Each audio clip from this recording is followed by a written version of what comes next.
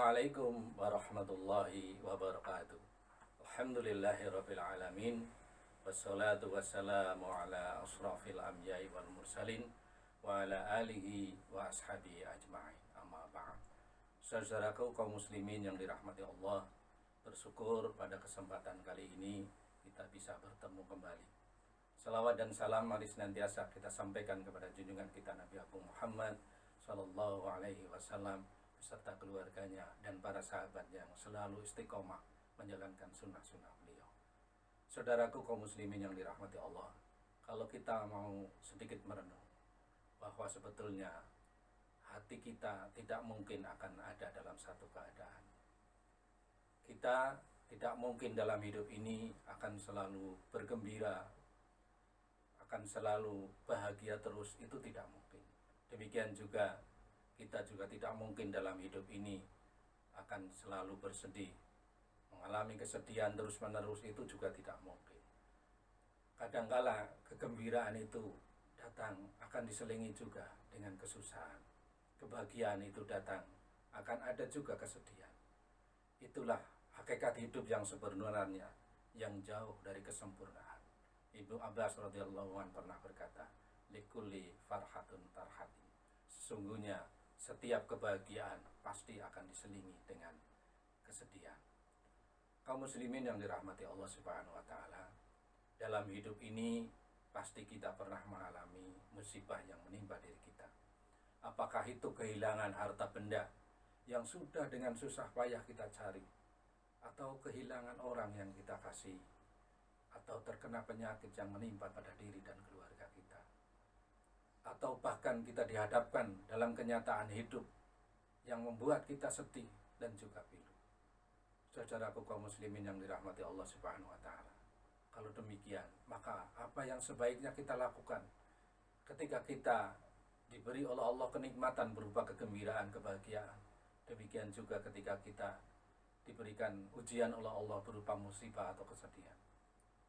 Apa yang sebaiknya harus kita lakukan supaya kita tetap mendapatkan kebaikan, bahkan mendatangkan pahala dari Allah Subhanahu wa taala? Rasulullah Shallallahu alaihi wasallam, beliau pernah bersabda dalam hadisnya, ajaban lil amril mu'min. Sungguh mengherankan, sungguh menakjubkan keadaan orang-orang yang beriman. Inna amruhu kullahu lahu khair. Semua urusannya selalu mendatangkan kebaikan baginya. Walaisa dzalika li ahadin illa lil mu'min. Dan itu tidak akan didapatkan kecuali hanya pada orang-orang yang beriman. In asobatu sarrahu sakara fakana khairul lahu. Ketika dia diberi kenikmatan oleh Allah berupa kebahagiaan dan sebagainya, sakara fakana khairul lahu, dia itu bersyukur, maka itu menjadi kebaikan baginya. Wa in asobatu dharahu sabbara fakana khairul lahu.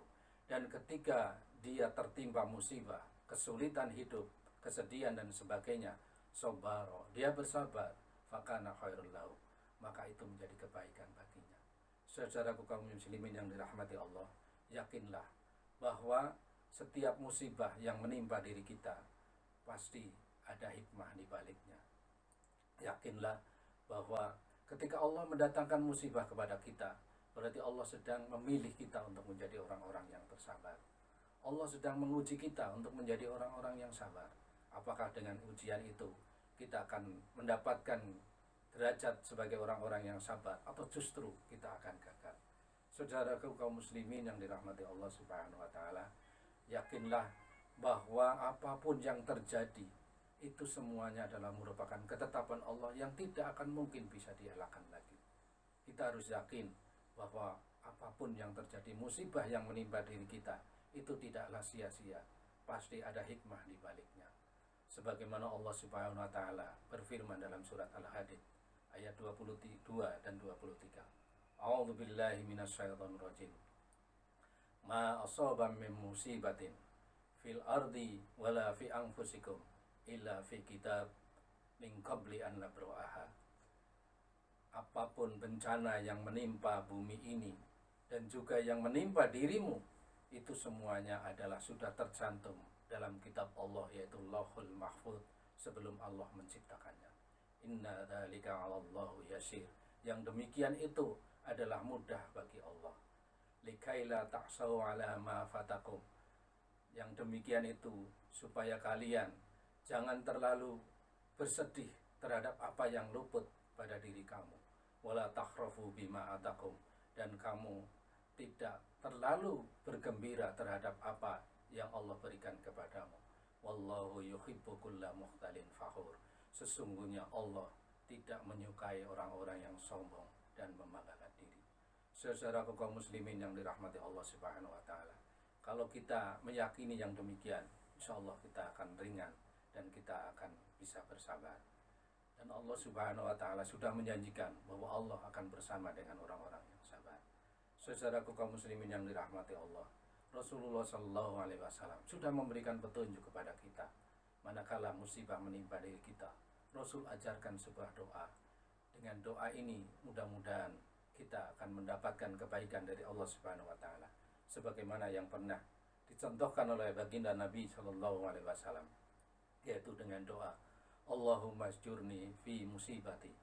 Ya Allah, berikanlah pahala terhadap musibah yang menimpa diri kami. Wa aflikhli khairan minha, dan berilah kami ganti yang lebih baik. Demikian para hadirin kaum muslimin yang dirahmati Allah yang bisa saya sampaikan. Mudah-mudahan ada manfaatnya, dan apabila ada tutur kata yang kurang berkenan saya mohon maaf. Aqulu qouli hadza wa astaghfirullah li wa lakum. Billahi taufiq wal hidayah. Wassalamualaikum warahmatullahi wabarakatuh.